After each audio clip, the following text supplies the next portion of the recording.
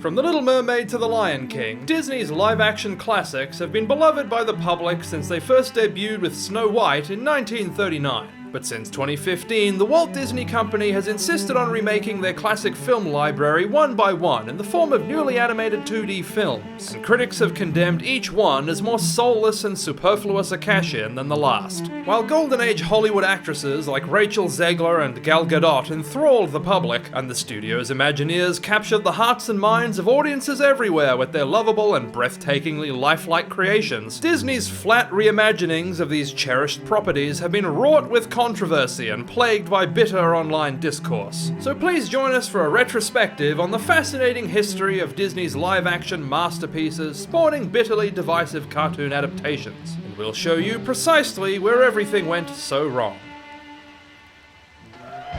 Coming to you from beautiful downtown Fortitude Valley, it's the Harry Gold Show, with your host, Harry Gold. Good evening, ladies and gentlemen, and welcome to the program. Please enjoy this documentary presentation.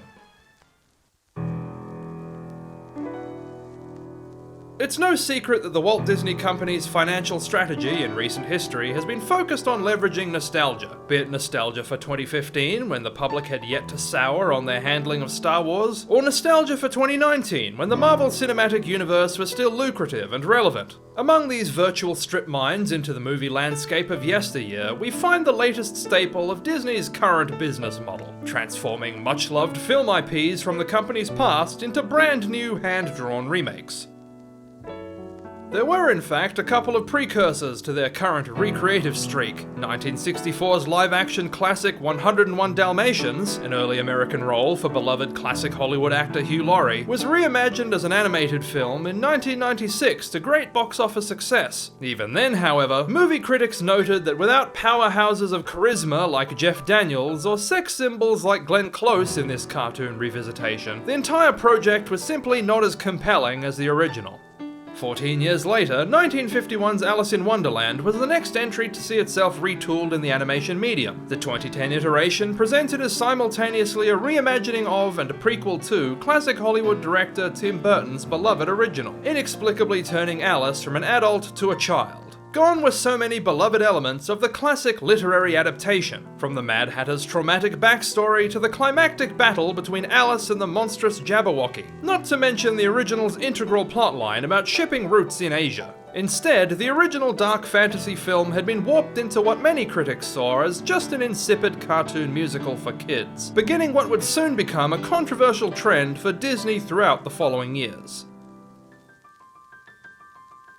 But it wasn't until they turned to 1950s live-action Cinderella that Disney's new strategy moving forward was solidified. They began releasing 2D remakes almost every year from 2015 onwards. The new Cinderella, like its two spiritual predecessors, was uncontroversial at the time and performed well at the box office. However, in retrospect, it already bore notable hallmarks of what was yet to come. Some changes seemed oddly arbitrary, for instance, taking a household name from the Disney pantheon like Prince Kit and redubbing him to the generic and forgettable Prince Charming.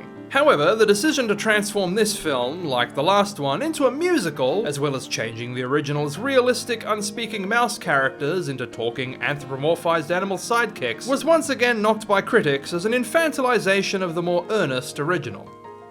In the following year, it was 1967's The Jungle Book, one of Disney's most popular live-action films of all time, that was next to get the remake treatment. 2016's iteration made any number of peculiar and seemingly random changes to the original, perhaps most obvious being the baffling conversion of King Louie from a famously enormous prehistoric ape to a normal orangutan. The film even needed to reword his classic song, I Want to Be Like You, so that it no longer rhymed Magnificus with Gigantopithecus. Furthermore, though heavily politicized discourse online would not truly become a thorn in Disney's side until some time later, this film's eye to inclusivity and the potentially problematic nature of the original started to attract some less than desirable attention. While the smooth and villainous snake Kaa was originally voiced by Golden Age star Scarlett Johansson, the new director was concerned that in 2016 this kind of seductress character could be seen as playing into sexist stereotyping, so instead the snake was recast as male and retooled into cowardly comedic relief. While some online detractors claimed to see this as typical Hollywood anti-male feminism, this line of attack failed to gain meaningful traction, and the film remained ostensibly uncontroversial and financially prosperous. But before we continue, this episode of The Harry Gold Show was brought to you by Mantis Sleep.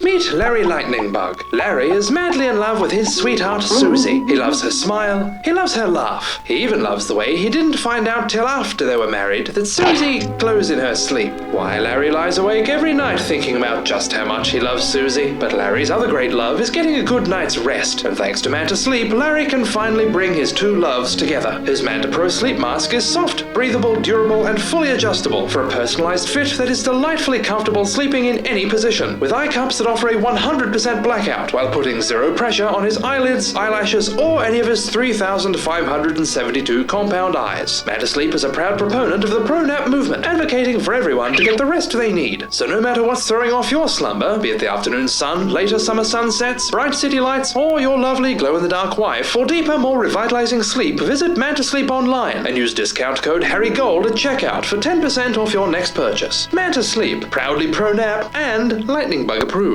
But 1991's Beauty and the Beast was modernized next, bringing with it, at merely 3 films deep, the 2D Disney remake's first foray into mainstream controversy. In 2017, Disney's latest traditional animation removed the original's brief allusion to the character LeFou's romantic attraction to Gaston, the film's antagonist. Disney believed that in the modern age it was no longer appropriate to portray a cowardly lickspittle as the film's only LGBTQ representation, but this decision was quickly attacked from both sides online.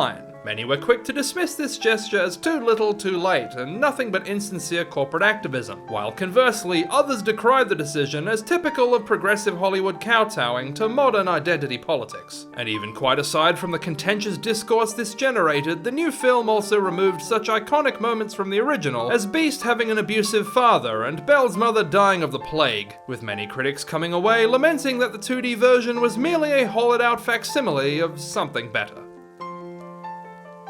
Aforementioned director Tim Burton was also responsible for the 1941 classic Dumbo. Come 2019, fans of that film were perturbed to find that the animated version had been quite drastically overhauled. The extensive human cast, which were among Disney's most popular household names, had completely vanished from the story. From Holt, to Millie, to Joe, Colette, V.A. Vanderveer, and even Rongo the Strongo. Only ringleader Max Medici remained in the revised narrative, and even he goes inexplicably unnamed in the final product. Furthermore, the remake not only gave the formerly unspeaking animal cast dialogue, with even the circus's train being anthropomorphized, but they added several entirely new talking animal characters as well. These included Timothy, Dumbo's new talkative mouse sidekick, as well as a quintet of African-American crows. This immediately proved controversial online, as detractors were quick to accuse Disney of adding token black characters purely for the purpose of virtue signaling diversity. However, many progressive critics praised the decision for bringing much-needed representation to an otherwise outdated story. Popular 1992 film Aladdin was the next Disney flick to get the remake treatment. The studio cast comedian Robin Williams as the genie in their 2019 reimagining, which was immediately received skeptically by many fans of the late Will Smith's originally award-winning portrayal. The director believed that having an African-American play an enslaved mystic who needed to be freed by someone with lighter skin was far too problematic for modern sensibilities. However, online critics were once again quick to label this as Disney caving in to the so-called woke crowd. Regardless, the audience who fell in love with Smith's genie in the 90s were not impressed by Williams' manic, motor-mouthed reinterpretation of the character. This energy was only echoed by the villain's parrot Iago becoming a wisecracking comedy relief character, contrasting starkly from the realistic original. In fact, all the non-human character roles were expanded and hammed up to the hilt, while fan-favorite characters like Dahlia the Handmaiden and the ever-popular Prince Anders were removed from the film entirely.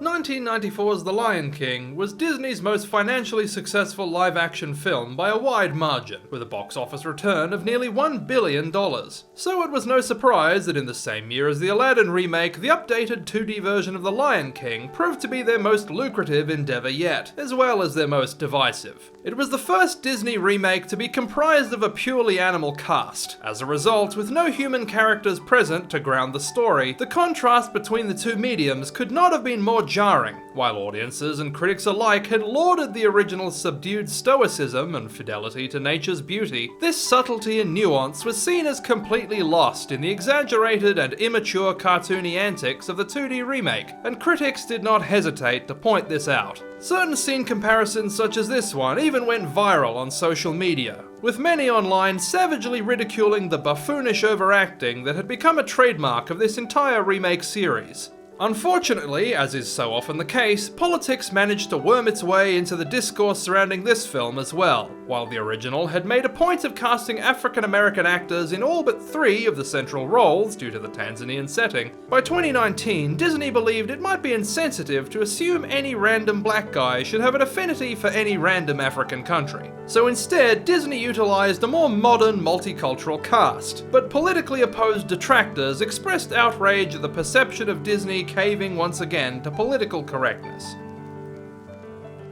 1955's Lady and the Tramp spawned the 4th and final remake of that same year, making 2019 the series' busiest to date. Altogether, this animation was a fairly straightforward retelling of the original. One might have expected this film's race swapping, namely turning the cats Asian, to draw some kind of pushback from the anti-DEI crowd. But Disney expertly outmaneuvered the potential backlash by making a movie that nobody even heard about in the first place. It went straight to streaming and failed to make any cultural impact even among the vigilantly willing Disney haters, leaving the public almost entirely unaware that any such remake ever existed. Bringing 1998's Mulan back to the silver screen, however, was really where Disney's good fortune began to falter. Despite the 2D remakes being both politically and artistically divisive in a variety of online spaces, the broader public voted with their wallet and many new versions netted box office receipts in the billions. 2020's 2D Mulan, however, did not fare so well. The changes made in this remake were notably drastic. Critics were immediately exasperated by Disney once again shoehorning a wisecracking animal sidekick into the story, this time a dragon named Mushu, voiced by Eddie Murphy. The much-loved soldier character, Cricket, was bizarrely replaced with a literal cartoon cricket, while the villain, who himself had been arbitrarily changed from a Proto-Mongolian Khan to a Hun named Shan Yu, had his iconic shape-shifting witch sidekick substituted with a cartoon falcon. All of these anthropomorphized characters, in tandem with this film also being once more turned into a musical, were seen as totally undermining the original's critically acclaimed gritty and epic atmosphere, leaving behind nothing but childish, overacted frivolity. Furthermore, Mulan's leader, Commander Tang, and her love interest, soldier Chen Honghui, were replaced altogether with a new combined commander and love interest, Li Shang. The director stated in interviews that it was important to show in a modern and empowering telling of Mulan's story that by having her romantically involved with her superior officer, there is absolutely nothing wrong with sleeping your way to the top. Additionally, the original's classic magical Chosen One style narrative about a woman with Chinese superpowers that make her innately better than everyone else was completely foregone in favor of dull, self-important themes of hard work and perseverance. While Disney believed a story of natural-born privilege triumphing over all was not a particularly broad-minded message to send, online anti-woke types were quick to point to Mulan cutting her hair short in the remake, something she did not do in the live-action original, in order to write off the whole film as supposed butch feminist propaganda. Disney's second ever live-action feature, Pinocchio in 1940, starring one of the most enduringly famous Golden Age actors, Tom Hanks, was the next film Disney chose to reanimate. This one also failed to make much of an impact, notably surrounded by a number of other Pinocchio adaptations releasing in fairly close proximity. Perhaps the silver lining to this cloud was the failure of any meaningful controversy to get off the ground, despite the film casting a white voice actress in the role of the originally African-American Blue Fairy, adding cigarettes and alcohol to the Pleasure Island sequence, and even deleting from the story characters everyone knows and loves like Sophia the Seagull and Fabiana. 1953's Pan and Wendy continued the string of modern adaptations going straight to streaming. leaving 2023's Peter Pan with not only a diminished length of title, but diminished public interest as well. Peter Pan, originally portrayed by a South Asian actor, along with the multiracial and variously abled lost boys and girls, were now all portrayed exclusively by white male VAs, as Disney was concerned that the scene where they're adopted by white people at the end might be interpreted as playing into racist white savior tropes. Likewise, Disney also recast a Caucasian voice actress as the mostly mute Tinkerbell, so as not to appear to be silencing black voices. However, her one line at the end of the film ended up getting cut anyway. And while no reference to romantic interest towards Peter from Wendy, Tiger Lily and Tinkerbell were present in the original live-action film, likely due to the Hays Code not permitting interracial romance at that point in time, the director believed it was important to make a point of subverting that prejudice in the new 2D version.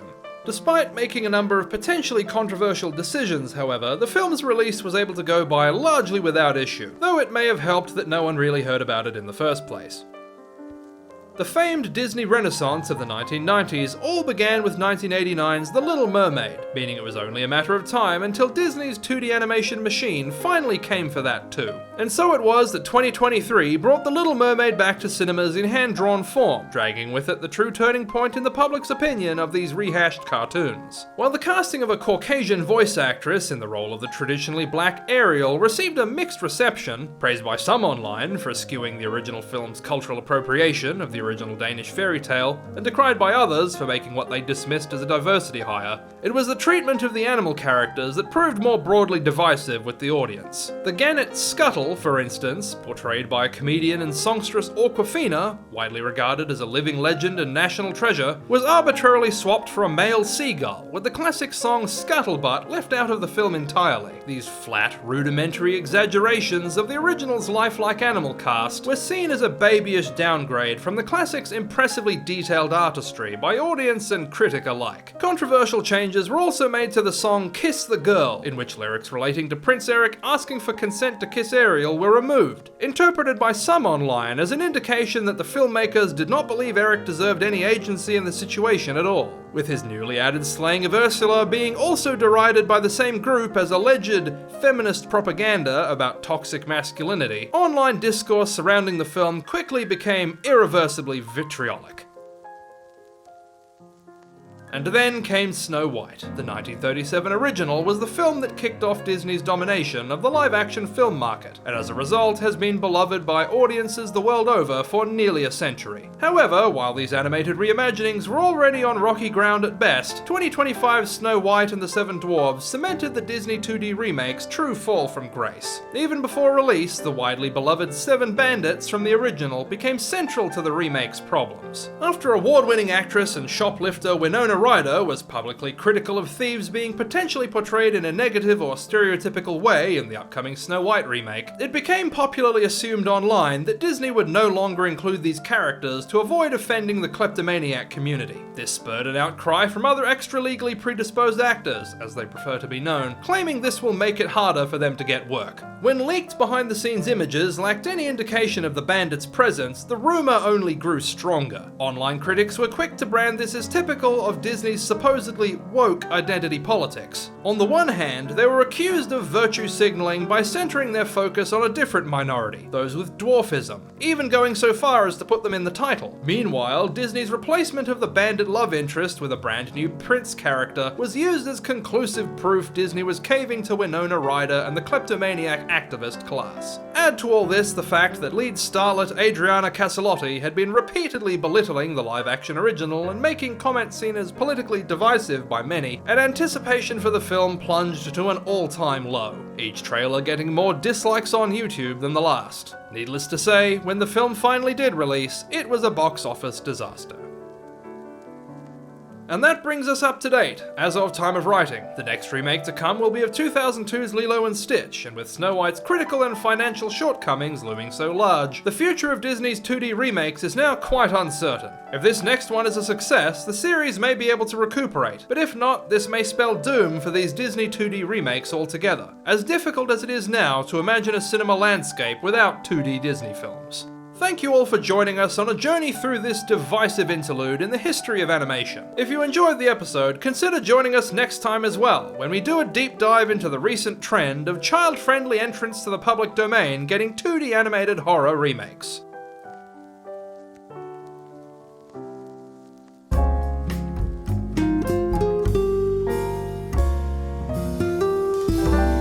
Let's play a game. I'll draw someone famous, and 3 people that guess who it is in the comments get a shout out in the next episode. If your guess last time was YouTuber Jimmy Donaldson, aka Mr. Beast, then you completed the challenge. Jimmy's rule from the Wheel of Winners is...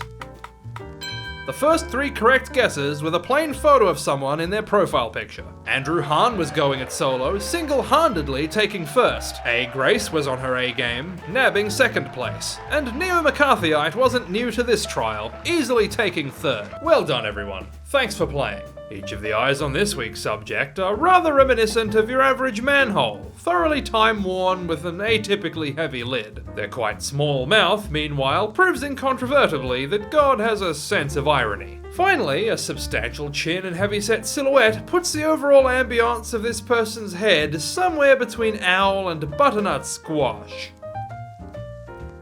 Now who could this be? If you know who that was, let us know in the comments. Unfortunately, our back catalogue isn't old enough to mine for remakes yet, so subscribe for more all-original content. But this has been the Harry Gold Show. So until next time, stay safe, and God bless.